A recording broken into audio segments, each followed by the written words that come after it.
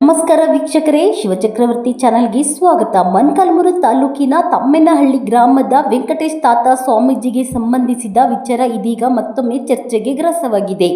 ಕಳೆದ 2-3 ದಿನಗಳಿಂದ ಸಾಮಾಜಿಕ ಜಾಲತಾಣಗಳಲ್ಲಿ ಹಾಗೂ ಕೆಲವು ಸುದ್ದಿ ಮಾಧ್ಯಮಗಳಲ್ಲಿ ಸ್ವಾಮೀಜಿಗೆ ಸಂಬಂಧಿಸಿದ ಗಲಾಟೆಯನ್ನು ಅನೈತಿಕ ಸಂಬಂಧದ ಹಿನ್ನೆಲೆಯ ಗಲಾಟೆ ಎಂದು ಬಿಂಬಿಸಲಾಗುತ್ತಿದೆ ಎಂದು ಆರೋಪ ಕೇಳಿಬಂದಿದೆ. ಈ ಹಿನ್ನೆಲೆ ವೆಂಕಟೇಶ ತಾತ ಸ್ವಾಮೀಜಿ ಹಾಗೂ ಅವರ ಭಕ್ತರು ಪತ್ರಿಕಾಗೋಷ್ಠಿ ನಡೆಸಿ ಸಾಮಾಜಿಕ ಜಾಲತಾಣಗಳಲ್ಲಿ ಹರಿದಾಡುತ್ತಿರುವ ಕೆಲವು ವಿಡಿಯೋ ತುಣುಕುಗಳು ಹಾಗೂ ಆರೋಪಗಳು ಸತ್ಯಕ್ಕೆ ದೂರವಾಗಿದೆ ಎಂದು ಸ್ಪಷ್ಟಪಡಿಸಿದ್ದಾರೆ. ಪತ್ರಿಕಾಗೋಷ್ಠಿಯಲ್ಲಿ ಮಾತನಾಡಿದ ವೆಂಕಟೇಶ ತಾತ ಸ್ವಾಮೀಜಿ, ಈ ಘಟನೆ ಅನೈತಿಕ ಸಂಬಂಧದ ವಿಚಾರಕ್ಕೆ ಸಂಬಂಧಿಸಿದ್ದಲ್ಲ. ಇದು ನಮ್ಮ ಸಂಬಂಧಿಕರ ನಡುವಿನ ಆಸ್ತಿ ವಿವಾದಕ್ಕೆ ಸಂಬಂಧಿಸಿದ ಗಲಾಟೆಯಾಗಿದೆ. ಆದರೆ ಕೆಲವರು ಉದ್ದೇಶಪೂರ್ವಕವಾಗಿ ಘಟನೆಯನ್ನು ಬೇರೆ ರೀತಿಯಲ್ಲಿ ತಿರುಚಿ ಸಾಮಾಜಿಕ ಜಾಲತಾಣಗಳಲ್ಲಿ ಅಪಪ್ರಚಾರ ಮಾಡುತ್ತಿದ್ದಾರೆ ಎಂದು ಆರೋಪಿಸಿದರು. ತಾವು ಮಠದ ಜವಾಬ್ದಾರಿ ವಹಿಸಿಕೊಂಡು ದಿನದಿಂದಲೂ ಸಮಾಜಮುಖಿ ಕಾರ್ಯಗಳಲ್ಲಿ ತೊಡಗಿಸಿಕೊಂಡಿದ್ದೇನೆ. ಸಾವಿರಾರು ಸಹೋದರಿಯರಿಗೆ ಉಡಿ ಅಕ್ಕಿ ಬಾಗಿನ ಸೇರಿದಂತೆ ವಿವಿಧ ಮುತ್ತೈದೆ ಕಾರ್ಯಕ್ರಮಗಳನ್ನು ನಡೆಸಿದ್ದೇನೆ. ನೂರಾರು ವಿದ್ಯಾರ್ಥಿಗಳಿಗೆ ಪೆನ್ನು ಪುಸ್ತಕಗಳನ್ನು ವಿತರಿಸಿದ್ದು ಬಡ ಮಕ್ಕಳಿಗೆ ಸಹಾಯ ಮಾಡಿದ್ದೇನೆ ಎಂದು ತಿಳಿಸಿದರು. ಶ್ರೀಮಠಕ್ಕೆ ಬರುವ ಪ್ರತಿಯೊಬ್ಬ ಭಕ್ತಾದಿಯನ್ನು ನಾನು ಸಹೋದರರು ಸಹೋದರಿಯರು ಹಾಗೂ ಮಕ್ಕಳಂತೆ ಕಾಣುತ್ತೇನೆ. ಸಮಾಜದಲ್ಲಿ ನನಗೆ ದೊರೆತಿರುವ ಗೌರವವನ್ನು ಸಹಿಸದ ಕೆಲ ವಿರೋಧಿಗಳು ನನ್ನ ವಿರುದ್ಧ ಇಲ್ಲಸಲ್ಲದ ಆರೋಪಗಳನ್ನು ಸೃಷ್ಟಿಸಿ ಅಪಪ್ರಚಾರ ಮಾಡಿದ್ದಾರೆ. ಅಲ್ಲದೆ ನನ್ನ ಮೇಲೆ ಹಲ್ಲೆ ನಡೆಸಿದ್ದಾರೆ ಎಂದು ಸ್ವಾಮೀಜಿ ಆರೋಪಿಸಿದರು. ಮುಂದಿನ ದಿನಗಳಲ್ಲಿ ಭಕ್ತರ ಸಮ್ಮುಖದಲ್ಲಿ ಸಭೆ ನಡೆಸಿ ಈ ವಿಚಾರದ ಬಗ್ಗೆ ಚರ್ಚಿಸಿ ತೀರ್ಮಾನ ಕೈಗೊಳ್ಳಲಾಗುವುದು. ತಮ್ಮ ವಿರುದ್ಧ ಅಪಪ್ರಚಾರ ಮಾಡಿರುವವರ ವಿರುದ್ಧ ಮಾನನಷ್ಟ ಮೊಕದ್ದಮೆ ಸೇರಿದಂತೆ ಕಾನೂನು ಕ್ರಮ ಕೈಗೊಳ್ಳುವ ಬಗ್ಗೆ ಚಿಂತನೆ ನಡೆಸಲಾಗುತ್ತಿದೆ ಎಂದು ವೆಂಕಟೇಶ ತಾತ ಸ್ವಾಮೀಜಿ ಹೇಳಿದರು. ಈ ಕುರಿತು ತಮ್ಮ ಮುಂದಿನ ನಡೆಯನ್ನು ಶೀಘ್ರದಲ್ಲೇ ಮತ್ತೊಂದು ಪತ್ರಿಕಾಗೋಷ್ಠಿ ಮೂಲಕ ಪ್ರಕಟಿಸುವುದಾಗಿ ತಿಳಿಸಿದರು. ಪತ್ರಿಕಾಗೋಷ್ಠಿಯಲ್ಲಿ ಶ್ರೀಮಠದ ಭಕ್ತಾದಿಗಳು, ಸಾರ್ವಜನಿಕರು ಹಾಗೂ ವೆಂಕಟೇಶ ತಾತ ಸ್ವಾಮೀಜಿಯ ಅಭಿಮಾನಿಗಳು ಉಪಸ್ಥಿತರಿದ್ದರು. ಅವರಿಗೆ ದುಡ್ಡು ಪ್ರೆಷರ್ ಇದೆ, ಅವರು ಆಸ್ತಿ ಮಾರ್ಬೇಕಂತ ಅವರು ಇದ್ದಾರೆ.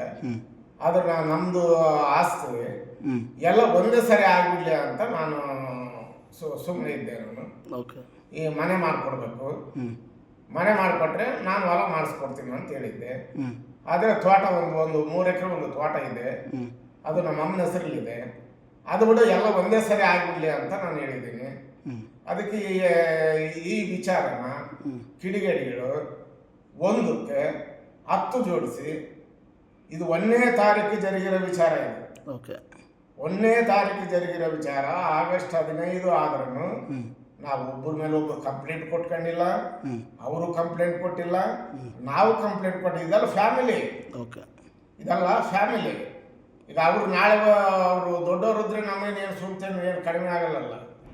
ಸುಮ್ಮನೆ ಇಲ್ಲದ್ದು ಸಲ್ಲದ್ದು ಅಕ್ರಮ ಸಂಬಂಧ, ಆ ಸಂಬಂಧ, ಈ ಸಂಬಂಧ ಅಂತಂದು ಹೇಳ್ತಾ ಇದ್ದಾರೆ. ಇದಕ್ಕೆ ಯಾರಾದರೂ ಪ್ರೂವ್ ಮಾಡಿದರೆ ನಾವು ಅದಕ್ಕೆ ಫೇಸ್ ಮಾಡೋಕ್ಕೆ ರೆಡಿ ಇದ್ದೀವಿ. ಸುದ್ದಿ ಆಗ್ತಿದೆ ಟಿವಿಯಲ್ಲೆಲ್ಲ ಅಕ್ರಮ ಸಂಬಂಧ ಹೊಂದಿದ್ದಾರೆ ಅಂತ ಹೇಳಿ, ಇದ್ರ ಬಗ್ಗೆ ನೀವು ಏನು ಹೇಳ್ತೀರಿ? ಏನಿಲ್ಲ, ನಮ್ಮ ಅಣ್ಣ ತಮ್ಮಂದಿರದು ಆಸ್ತಿ ವ್ಯವಹಾರ ಇತ್ತು. ಆಸ್ತಿ ವ್ಯವಹಾರ ಇರೋದ್ರಿಂದ ನಾವು ಆಸ್ತಿ ಮಾಡಿಸ್ಕೊಟ್ಟಿಲ್ಲ. ಮಾಡಿಸ್ಕೊಡ್ತಿದ್ಕ ಅವರು ನಮ್ಮ ಫ್ಯಾಮಿಲಿ ಅವರು ಬಂದು ನನ್ನ ಎತ್ತಕೊಂಡು ಹೋಗಿ ಟೋಲ್ ಗೇಟ್ ಹತ್ರ ಎತ್ತಕೊಂಡು ಹೋಗಿ ನನ್ನ ಸೈನ್ ಮಾಡಂತ ಬಲವಂತ ಮಾಡಿದೆ.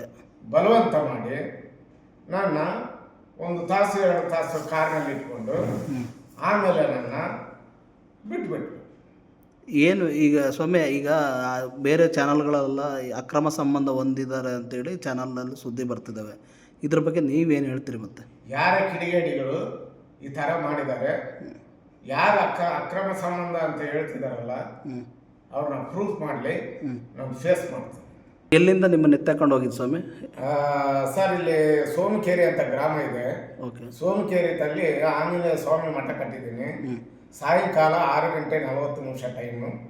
6:40 ಟೈಮ್ದಲ್ಲಿ ಫಸ್ಟಿಗೆ 2 ಬಂದರು, ಆಮೇಲೆ 10 ಜನ ಬಂದರು. 10 ಜನ ಅವ್ರ ಫ್ಯಾಮಿಲಿನೇ. ಅವರೆಲ್ಲ ಯಾರು, ನಿಮ್ಮ ಸಂಬಂಧಿಕರ ಅಥವಾ ಹೊರಗಿನವರ?